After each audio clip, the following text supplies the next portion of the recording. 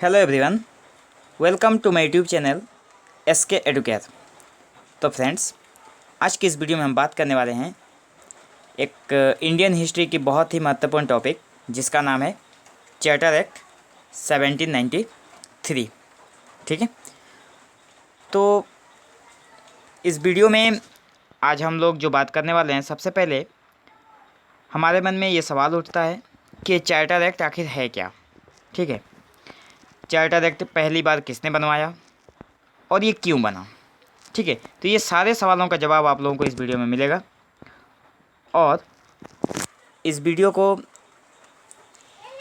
आप लोग अपने फ्रेंड्स में ज़रूर शेयर करें ताकि जिसको भी इस वीडियो की ज़रूरत हो, जो भी ये जानना चाहे कि आखिर चार्टर एक्ट होता क्या है, तो उसको इस वीडियो से थोड़ी हेल्प मिल सके। ठीक है, तो चलिए हम लोग वीडियो की शुरुआत करते हैं और देखते हैं कि इंडियन हिस्ट्री में जो हम सभी लोग जानते हैं कि ईस्ट इंडिया कंपनी थी जो भारत आई थी व्यापार करने के लिए। तो फ्रेंड्स, ये जो ईस्ट इंडिया कंपनी थी, ठीक है, आखिर आप लोग ईस्ट इंडिया कंपनी से क्या समझते हैं। तो सबसे पहले हमें ये जानना होगा कि ईस्ट इंडिया कंपनी क्या है। चार्टर एक्ट को तो समझेंगे ही, लेकिन उससे पहले हमें ये जानना पड़ेगा कि ईस्ट इंडिया कंपनी क्या है। आखिर किसको ईस्ट इंडिया कंपनी कहा जाता है? क्या सिर्फ अंग्रेज थे उनको ईस्ट इंडिया कंपनी कहा जाता है? तो ऐसा बिल्कुल नहीं है।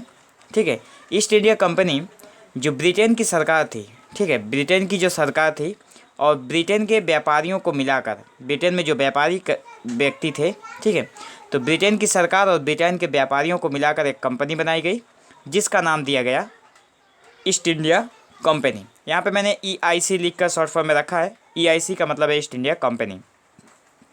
आखिर ये चार्टर एक्ट क्या है? तो चार्टर एक्ट ब्रिटिश शासक द्वारा कंपनी को व्यापार करने हेतु जारी राजपत्र आज्ञापत्र है। फ्रेंड्स, सबसे पहले आप लोग ये जान लो कि ब्रिटिश शासक मतलब ईस्ट इंडिया कंपनी जब भारत में व्यापार करने के लिए आ रही थी, उस वक्त उसे अपने ब्रिटेन की जो शासक थे, ब्रिटेन के जो महारानी एलिजाबेथ थी, उनका परमिशन लेना बहुत ज़रूरी था। बिना उनके परमिशन के भारत में वो लोग व्यापार नहीं कर सकते थे। ठीक है, तो महारानी विक्टोरिया ने महारानी एलिजाबेथ, सॉरी विक्टोरिया नहीं है, महारानी एलिजाबेथ ने ब्रिटिश शासक का, वो उस समय महारानी थी, और कंपनी को, जो कंपनी है ये ईस्ट इंडिया कंपनी, ठीक है, जो कंपनी बनाया गया था ब्रिटेन की सरकार और ब्रिटेन के व्यापारियों को मिलाकर, उनको एक राजपत्र अर्थात एक परमिशन मिला कि ठीक है, आप लोग जाकर भारत में व्यापार कर सकते हैं। तो यहाँ पे ये क्वेश्चन है कि चार्टर एक्ट किसने बनाया? तो सर्वप्रथम सन 1600 ईस्वी में महारानी एलिजाबेथ ने ईस्ट इंडिया कंपनी को ये पत्र जारी किया था। ठीक है, कितना अंग्रेजी में? 1600 ईस्वी में। तो यहाँ से क्वेश्चन बनता है, ठीक है, अच्छा अब ये चार्टर एक्ट जो था ये क्यों बना? ठीक है, तो चार्टर एक्ट ब्रिटेन सरकार जो था, ठीक है, ब्रिटेन का जो सरकार थी वो अपनी विदेशी व्यापार को नियंत्रित करना चाहती थी। ब्रिटेन की जो सरकार थी विदेश में, अपने देश को छोड़कर विदेश में जो व्यापारें चल रही थी उस पर नियंत्रित करना चाहती थी।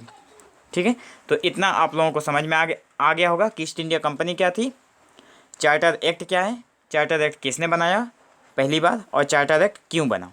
ठीक है, अब हम लोग देखते हैं कि चार्टर एक्ट 1793। तो ये जब चार्टर एक्ट आया 1793 में, तो इसके क्या क्या मतलब इसमें क्या क्या हुआ था, ठीक है, यही जानना है। एग्जाम में यहीं से क्वेश्चन बनता है कि चार्टर एक्ट 1793 में क्या हुआ था, इसमें से किसी एक ऑप्शन में आप लोगों के पास, जबकि ये कॉम्पिटिटिव एग्जाम के लिए बहुत इंपॉर्टेंट है कॉन्सेप्ट क्लियर होना, जो कि 4 ऑप्शन रहते हैं, उनमें से एक यहाँ पे होगा, लिखा रहेगा कि कौन सा नहीं होता है, ऐसा ही करके क्वेश्चन बनता है। तो आप लोग सबसे पहले अपना कॉन्सेप्ट क्लियर करिए। ठीक है, तो चार्टर एक्ट जो था 1793 में क्या हुआ था, यहाँ पे ईस्ट इंडिया कंपनी को 20 वर्ष के लिए व्यापारिक एकाधिकार मिला। ठीक है, यहाँ पे व्यापारिक एकाधिकार का मतलब है भारत के साथ सिर्फ ईस्ट इंडिया कंपनी जो है, ठीक है, जो ईस्ट इंडिया कंपनी है वो 20 ईयर्स के लिए सिर्फ अकेला यहाँ पे ये लोग व्यापार करेंगे। कोई और यूरोपियन कंपनी यहाँ पे आकर मतलब समस्याएं खड़ी नहीं कर सकती। ठीक है, दूसरा था यहाँ पे जो गवर्नर जनरल थे, यहाँ पे जी मैंने लिख के रखा है, जी मतलब गवर्नर जनरल। ठीक है, यहाँ पे जी का मतलब है गवर्नर और जनरल। ठीक है, गवर्नर जनरल जो ईस्ट इंडिया कंपनी ने जो ब्रिटेन की सरकार ने भारत में गवर्नर जनरल, गवर्नर और कमांडर जैसे चीफ की नियुक्ति जो ब्रिटेन की सरकार थी उनके परमिशन के बिना नहीं होता था। ठीक है। तीसरा था गवर्नर जो था, जो भारत में जो गवर्नर नियुक्त किए गए थे, ठीक है, वो परिषद या फिर काउंसिल के नियमों को रिजेक्ट कर सकता था। वो उसके पास इतना वेटो पावर था कि वो किसी भी परिषद के नियम को रिजेक्ट कर सकता था जो भारत में गवर्नर को अपॉइंट किया गया था। उस गवर्नर के पास इतनी पावर होती थी। अच्छा, गवर्नर जनरल परिषद के सदस्य बनने हेतु, ठीक है, बनने के लिए गवर्नर जनरल परिषद के सदस्य बनने के लिए 12 वर्ष भारत में सेवा करना अनिवार्य किया।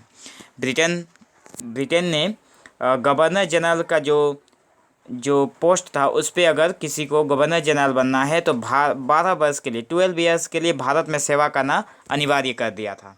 ठीक है, ये था 1793 में चार्टर एक्ट में जो कहा गया था। ठीक है, और बातें हैं। नियंत्रक मंडल, ठीक है, नियंत्रक मंडल के सदस्यों का वेतन भारतीय कोष से दिया जाता था।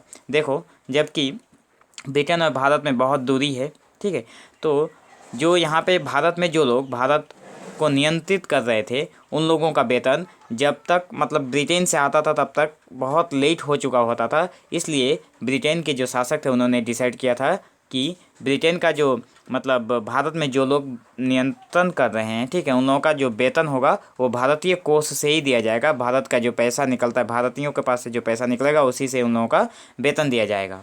ठीक है, और एक इसमें आया कि राजस्व प्रशासन, ठीक है, राजस्व प्रशासन और न्यायपालिका इन दोनों को अलग कर दिया गया। ठीक है, राजस्व प्रशासन और न्यायपालिका कार्य दोनों का कार्य अलग अलग हो गया था 1793 के चार्टर एक्ट में। ठीक है, अब देखते हैं कि इसका प्रभाव क्या पड़ा। जब 1793 का चार्टर एक्ट आया तब इसका क्या इम्पैक्ट पड़ा। ठीक है, तो इसका इम्पैक्ट ये हुआ कि ईआईसी मतलब ईस्ट इंडिया कंपनी की भारतीय व्यापार में मोनोपोली मतलब एकाधिकार बनी रही। जो परमिशन मिला था कि हम लोग सिर्फ अकेला भारत के साथ व्यापार करेंगे, वो व्यापार का इन लोगों का जो मुद्दा था वो इनका बना रहा। ठीक है, कोई भी और यूरोपियन कंपनी यहाँ पे नहीं आई। ठीक है, बाद में आई है लेकिन पहले 1793 के जो समय चल रहा था उसमें नहीं आई। ठीक है, गवर्नर जनरल के अधिकारों में वृद्धि हुई। यहाँ पे जो जितने भी गवर्नर जनरल थे, ठीक है, भारत में जितने भी गवर्नर जनरल थे उनका जो अधिकार दिया हुआ था उसमें और भी वृद्धि हुई। ठीक है, उन्हें और बढ़ा दिया गया। ठीक है, जनरल गवर्नर का बम्बई तथा मद्रास पर पूर्ण नियंत्रण हुआ।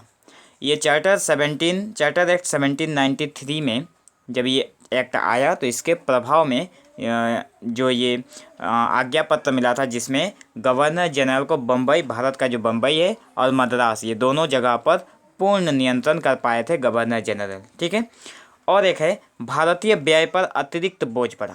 देखो, भारतीय व्यय पर अतिरिक्त बोझ कैसे पड़ा, क्योंकि भारतीयों का भारत में जो लोग नियंत्रण कर रहे थे, गवर्नर जनरल, गवर्नर या फिर कमांडर, जो भी लोग थे, सबका वेतन अब भारत के राजकोष से ही देना था। इसलिए भारतीय व्यय पर अतिरिक्त बोझ पड़ा था। ठीक है, तो ये था भारत मतलब चार्टर एक्ट 1793 जो कि इंडियन हिस्ट्री का एक बहुत ही महत्वपूर्ण टॉपिक है। तो इसमें से बहुत सारे क्वेश्चन आंसर पूछे जाते हैं। ठीक है, यहाँ से 20 वर्ष के लिए व्यापारी का, और ये जो 20 वर्ष का जो था ये लगातार चलता ही रहा है आगे।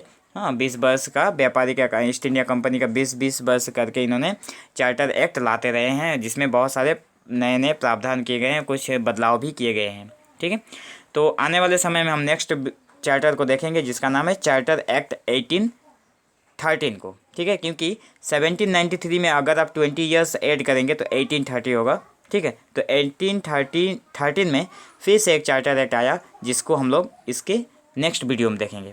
तो अगर आप लोगों को ये वीडियो अच्छा लगा हो तो अपने दोस्तों में शेयर ज़रूर करें ताकि आप लोगों के साथ साथ आप लोगों के फ्रेंड को भी कुछ इस वीडियो से मदद मिल सके। ठीक है, अगर कोई डाउट हो तो आप लोग चैनल के कमेंट में ज़रूर पूछ सकते हैं। ठीक है, तो आज के लिए बस इतना ही। तो thank you for watching this video. Have an awesome day.